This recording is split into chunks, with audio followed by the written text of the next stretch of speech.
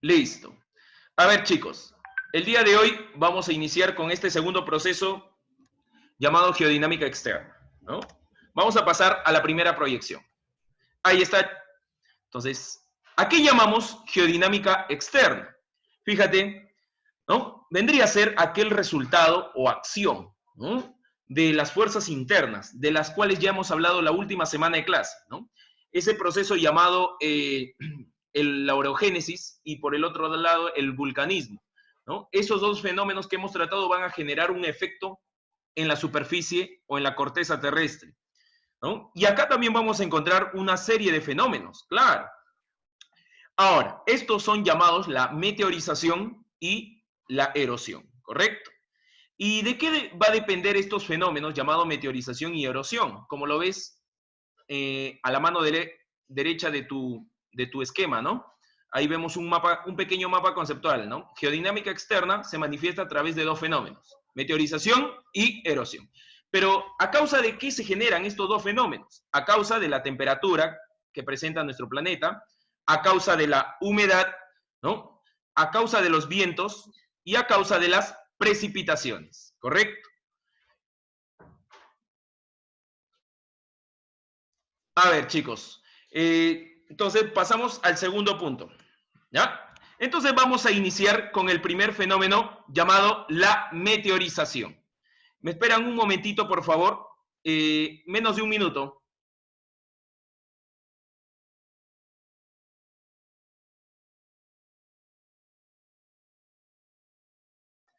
Listo, listo, chicos, sí. Había hecho una pequeñita pausa. Disculpen. Ya, entonces continuamos, ¿no? La meteorización vendría a ser el primer fenómeno de la geodinámica externa. ¿Pero qué es la meteorización? Vendría a ser en sí los cambios físicos que presentan todas las rocas que se encuentran en la superficie terrestre. Claro. Estas se van a ver alteradas por varios factores. En sí son 4 factores que van a alterar la forma o la apariencia de una roca. Sí, y eso lo vamos a ver. Entonces, ¿cuáles son esos 4 factores? Vamos a conocerlos. A ver, aquí está, ¿no? Tipos de meteorización. La meteorización se clasifica en dos grupos, ¿no? La meteorización física y la meteorización química. Dentro de la meteorización física, justamente están esos 4 factores de los cuales les había dicho hace unos cuantos segundos. ¿Y cuáles son esos factores dentro de la meteorización física? O también llamada meteorización mecánica. Vamos a pasar a explicar cada uno de esos 4 factores. Entonces, dentro de la meteorización física encontramos el primer factor. ¿Cómo se llama? Termoclastismo. Fíjate a tu mano derecha, ¿no? Ahí ves una imagen donde la roca prácticamente se ha abierto como una cáscara de huevo, ¿no? ¿Qué sucedió? Que esa roca se había expuesto a altas temperaturas, ¿no?, debido a que la radiación solar ha tenido mucho contacto con esa roca. Profesor, ¿qué? ¿La radiación ha abierto esa roca? No, sino ¿qué sucede? En el día, esa roca estuvo expuesto a altas temperaturas y en la noche las temperaturas han descendido, han bajado. Y al bajar la temperatura, justamente ese cambio brusco de temperaturas en el día y en la noche generó que la roca, después de varios años, se llegue a abrir, ¿correcto? Así es. Ahora, ¿cuál es el segundo factor? ¿Cuál es el segundo factor de la meteorización física? ¿Correcto? Tenemos justamente las bajas temperaturas. Fíjate, ¿no? Si nosotros nos ubicamos en las partes altas de las montañas o vamos a visitar la región de la sierra, la parte alta, la zona de la Puna, por lo general vamos a ver este fenómeno. Fíjate bien a tu mano derecha, ¿no? Hay una roca que está cuarteada, ¿no? Prácticamente se ha fragmentado. ¿Y eso a qué se debe? Que esta roca por miles de años ha estado expuesto a las bajas temperaturas, al frío. Imagínense, chicos, si cuando tú, o quizás habrás tenido alguna experiencia de viajar a la sierra, ¿no? ¿Qué sucede? ¿No? ¿Qué sucede? Que cuando estás algunos días en la sierra, en la parte alta, ¿no?, empieza a generarse una especie de ¿qué? De efecto característico en tu cuerpo. ¿Cuál es ese? Justamente se empieza a cuartear los labios, ¿no? Por el frío. Primero se reseca y después se cuartea. Ya imagínate, si eso sucede en tu cuerpo, ¿no? Fíjate, en la roca también se produce, ¿no? Pero para ello tiene que pasar miles de años, ¿correcto? Entonces, esta roca ha estado expuesta a bajas temperaturas durante mucho tiempo. Ahora, el tercer factor por el cual se genera la meteorización física vendría a ser justamente por el proceso de la temperatura, ¿no? Y sobre todo por los componentes, químicos que inciden en esta zona. La constante humedad, fíjate, va a alterar la roca. Si vemos a nuestra mano derecha, hay una roca con varios poros, ¿no? Con varios huequitos, ¿no? ¿Eso a qué se debe? A la constante humedad. Ese es el factor de la humedad, sí. Constantemente las precipitaciones, o sea, las lluvias, y sumamos a ello el componente húmedo, vamos a poder manifestar una roca de estas características, ¿no? Por lo general sucede en las zonas templadas, ¿no? Por ejemplo, Lima se encuentra en una región o una zona climática templada. Entonces, por lo general, se pueden, ¿no?, observar estos tipos de rocas. Sí, hay rocas de estas características acá en la zona de Lima. Ahora, y el cuarto factor, ¿cómo y por qué se fragmentan las rocas? Vendría a ser justamente por acción, ¿no?, de la especie de las plantas. Fíjate, si una roca tiene contacto con la raíz de un árbol que está en pleno crecimiento, ¿no?, la raíz del árbol tiene tanta fuerza que a través de los años va a llegar a romper a una roca, claro, siempre y cuando se encuentre en su camino, porque tú bien sabes que la raíz empieza a crecer cada vez que el árbol también crece.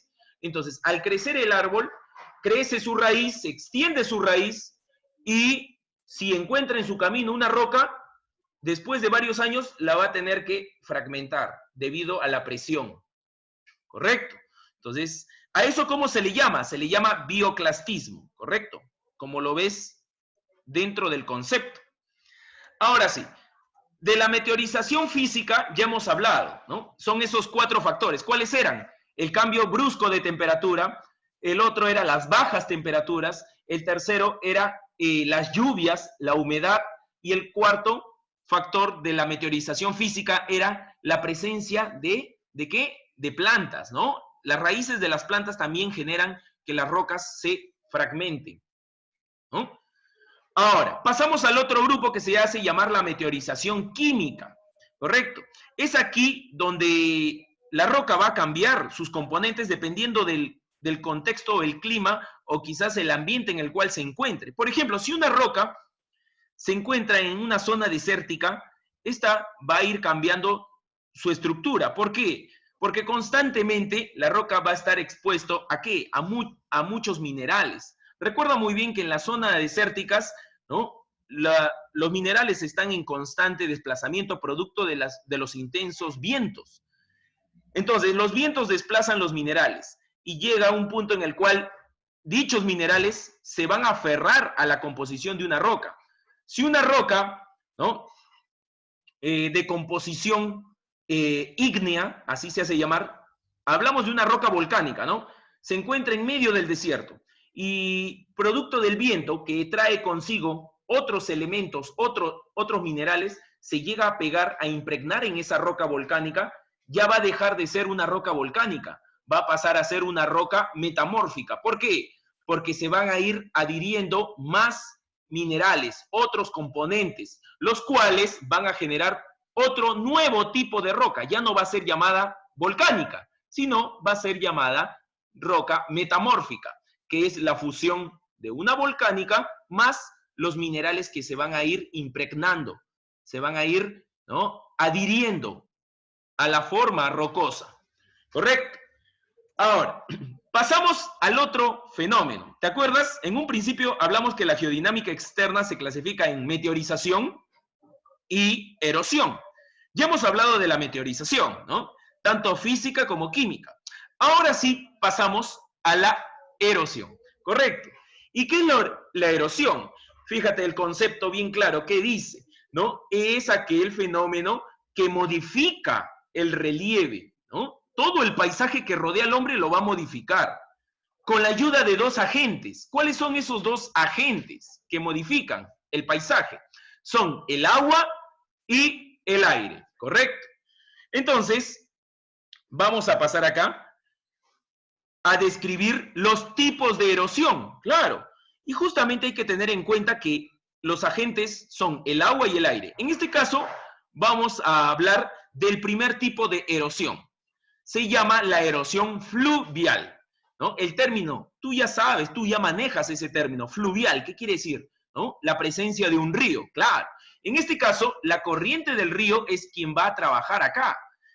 ¿Y de qué agente estamos hablando? Obviamente, ¿no? Del agente agua. Entonces, ¿qué es lo que sucede? Que la corriente del río, o sea, la proporción o el volumen de agua que traslada el río, en la zona alta de las montañas es más fuerte, claro. Y al ser tan fuerte la corriente del agua del río, todo lo que está a su paso va a ir modificándolo. ¿Correcto? Mira acá, acá tenemos un ejemplo muy claro. ¿Cuál vendría a ser? Justamente el famoso cañón del Cotahuasi. El cañón del Cotahuasi vendría a ser, ¿no?, uno de los resultados producto de la erosión fluvial. Este cañón se formó justamente por el paso de un río, ¿no? Pero para que se produzca esa formación, ¿no?, ha tenido que pasar miles de años, ¿correcto? Fíjate, en un inicio, cuando todavía no existía ese cañón, el río todavía se encontraba en la parte alta, ¿no? Ahora, si te das cuenta en la fotografía, el río ya pasó a la parte más baja del cañón. ¿Y por qué? Porque ha tenido que erosionar. Ha habido una actividad de la corriente del río muy continua, muy gradual. Entonces, ¿dónde se encuentra el cañón del Cotahuasi, que es el más profundo del Perú? ¿Correcto? Se encuentra en la región política de Arequipa. Así es el más profundo del Perú. Ahora, también tenemos otro ejemplo. Mira, acá en la parte baja tenemos al famoso río, ¿no? Ese río, el más extenso del mundo, ¿cómo se llama? El Amazonas. Mira, ya hablamos de la sierra, ¿no? Del famoso cañón del Cotahuasi. Ahora vamos a hablar de la selva. Mira, en la selva, ¿qué es lo que va a generar los ríos? Tú sabes bien claro que en la región de la selva el suelo es muy débil, es muy pantanoso, muy arcilloso, ¿no? Carece de rocas. Y al carecer de rocas, el suelo es muy fácil de cambiar, ¿no?, de modificar, en pocas palabras. Entonces, mira, ¿qué sucede? Si el río Amazonas, que es el caudaloso, es el más poderoso, sus aguas son fuertes, mira cómo va a modificar el paisaje. Acá estoy apuntando con la flechita de mi mouse, mira. Ahí está, mira, en forma de serpiente ha modificado su recorrido. ¿Qué es lo que ha generado? ¿Qué son esas curvas? ¿No? Esas curvas que ves en el río Amazonas, en su recorrido, se hacen llamar meandros. Eso ya lo hemos llevado ya en años anteriores, ¿correcto? Ya lo hemos explicado bien claro, cuando hablamos sobre todo de la selva baja, ¿correcto? Así es. Entonces, ese es el primer tipo de erosión. Vamos a pasar al segundo. Ahí está. Llegamos al segundo tipo de erosión, que se hace llamar erosión glacial, ¿correcto? ¿Qué es la erosión glacial? La erosión glacial vendría a ser aquel fenómeno que se produce justamente por la presencia, ¿no?, o volumen de agua en estado sólido. Claro, me refiero a la presencia de nieve o granizo. Mira, ¿qué es lo que ha generado la acumulación de nieve o granizo? Si te das cuenta en la fotografía, en la imagen, ¿no?, que está a tu mano derecha, vemos de que toda la nieve se ha acumulado en la parte alta de los nevados, ¿no? Y fíjate, si te das cuenta, ha generado un pequeño lago, ¿no? Ese lago es una especie de cavidad, claro. Y profesor, ¿y esa cavidad donde está el lago, ¿no?, ha sido generada por la nieve? Claro, a través de miles de años ha generado esa especie de cavidad, esa especie de hueco. ¿Cómo se le llama a esos lagos que se encuentran cerca de la parte alta de los nevados? Se le llama morrenas, ¿no? Se le llama así, son lagos glaciares o morrenas. ¿Y por qué se ha generado? Por la presencia de la acumulación de nieve durante miles de años en esa zona, ¿correcto? Otros geógrafos le hacen llamar, ¿no?, circos o fiordos, ¿no? Tienen varias conjeturas, varios nombres. Morrenas, circos o fiordos. ¿Por qué se le hace llamar circo? Porque está rodeado, ¿no? Si te das cuenta, ese pequeño lago que está ahí está rodeado de grandes nevados. Entonces, ese es el proceso.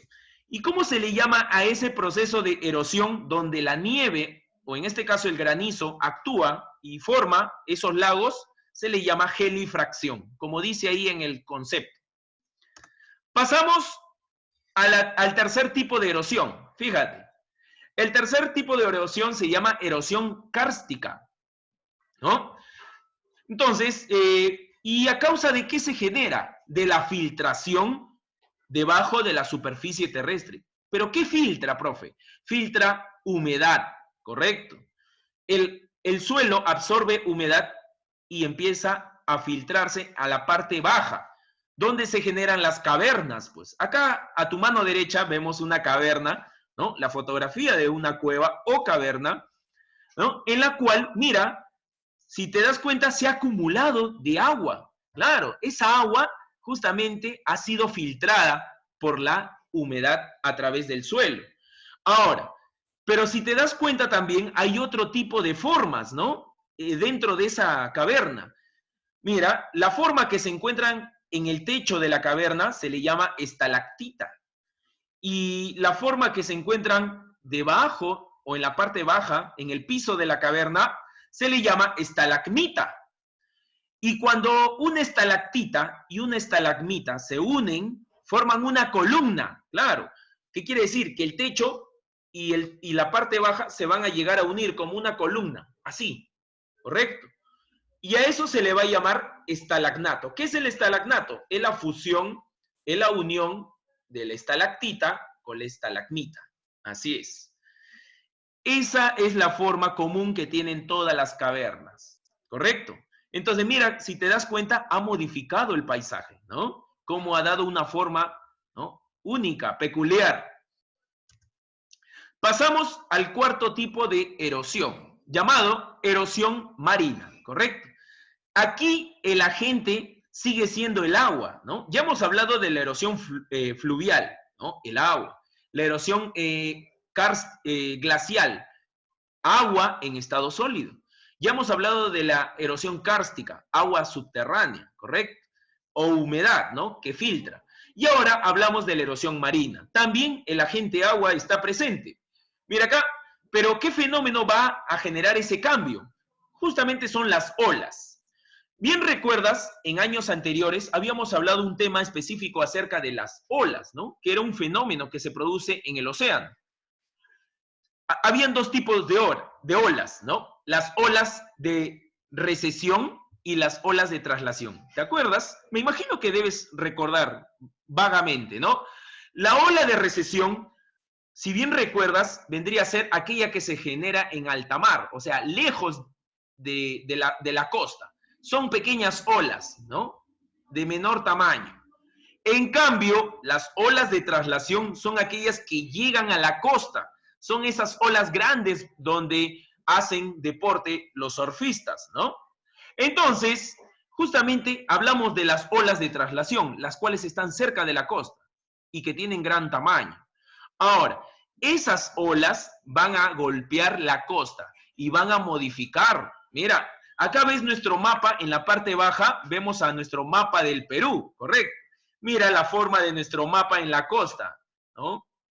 Si te das cuenta, no es simétrico, es irregular. ¿Y eso por qué, profe? Justamente porque las olas, a través de miles de años, han ido modificando, justamente producto del golpe.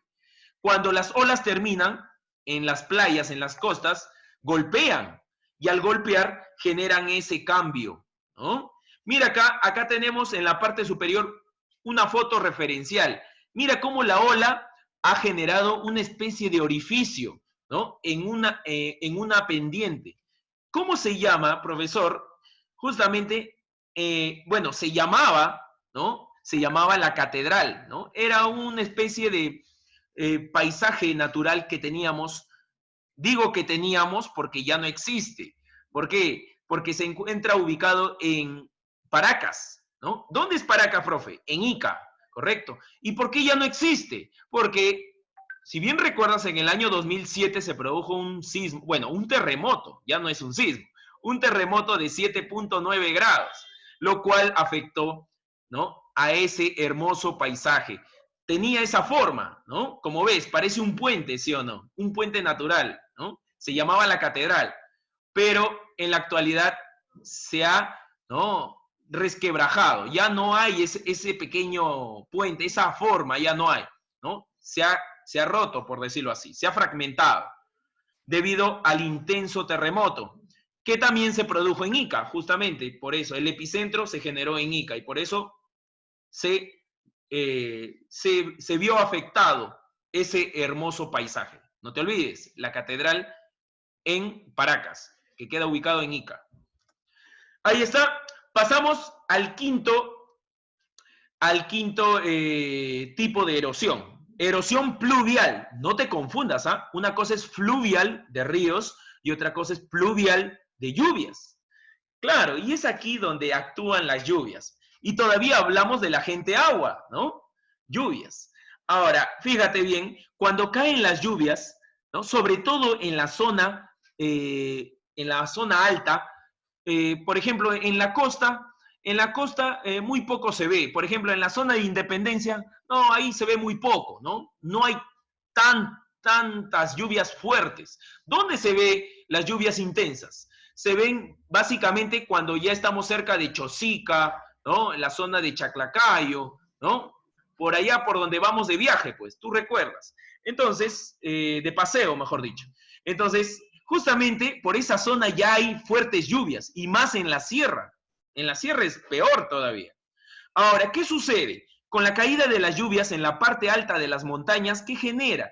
Genera que la lluvia se acumule en la parte alta y empieza a generarse lodo. ¿Por qué? Porque se va a fusionar la tierra con el agua de la lluvia. Y ese lodo va a empezar a caer a la parte baja de la montaña. ¿En forma de qué? En forma de llogya. ¿Qué es la llogya, profe? Es huaico, pues. Sino que su nombre real, se hace llamar llogya. No es huaico. Huaico es un término popular que lo han utilizado constantemente las personas, ¿no?, ya producto de la costumbre, pues. Así es. Es como decir, ¿no?, temblor. No se llama temblor, se llama sismo, ¿no? Temblor es una terminología popular. Entonces, a ver, chicos, entonces se producen las llogyas o los huaicos, ¿no? Entonces, al producirse las llogyas, ¿no?, ¿qué genera? Un deslizamiento, como una especie de avalancha. Y es trágico, ¿por qué? Porque hay mucha gente que no toma conciencia y, bueno, es más por la necesidad, tiene que vivir en la zona de los cerritos, pues, ¿no?, de las montañas, en la parte alta y en la parte baja. ¿Y qué genera? Deslizamiento y a la vez también destrucción. Claro, no es culpa de la naturaleza, sino de que el hombre ha tenido que, producto de la necesidad, vivir en esa zona. Entonces, la naturaleza, ¿qué es lo que hace? Actúa simplemente. No tiene la culpa. Es parte del efecto. Entonces, ¿qué generó? Un efecto de avalancha. Y mira, y después de que pasa la llogya o el huaico, mira lo que genera en las montañas. Mira, si te das cuenta, hay pequeños surcos, ¿no? Pequeños canales. Son pequeñas rayitas, ¿no?, que ves en las montañas. Eso se generó después de que pasó justamente el huaico o la llogya. ¿Y cómo se llaman esas rayitas, profe? Se llaman cárcavas. Cárcavas. Ahí está el nombre, mira. Cárcavas. ¿Correcto? Así es, chicos. Y por último, llegamos al tipo de erosión donde ya no participa el agua, sino acá va a participar el viento. ¿Correcto? Mira acá, si te das cuenta, acá el viento ha modificado esa roca, ¿no? Esa roca que está en medio del desierto, mira. Claro, sobre todo en los desiertos vamos a ver este tipo de fenómeno, llamado erosión eólica. ¿Por qué? Porque tú bien sabes que los desiertos son un terreno amplio, es un terreno abierto, ¿no? Y al ser abierto, el viento llega a ser más violento, más rápido, más intenso, ¿correcto? Entonces, al ser más intenso, va a generar el golpeo, un golpe brusco hacia las rocas que están en medio del desierto. Y mira cómo ha generado un cambio. Al generarse ese cambio, ¿no? Esa roca va a llamarse pedestal, justamente porque tiene una forma, ¿no? Una forma de copa, ¿no? Con un cuello muy estrecho, ¿no? Fíjate, y ese proceso demanda de mucho tiempo. Pero, ojo, se produce sobre todo en los desiertos, ¿no? Espero de que hayas apuntado todos los factores o los datos que se han expuesto en este tema llamado la geodinámica externa, ¿correcto? Entonces, así, ¿no? Culminamos con lo que vendría a ser la sesión del día de hoy, ¿correcto? ¿Alguna pregunta?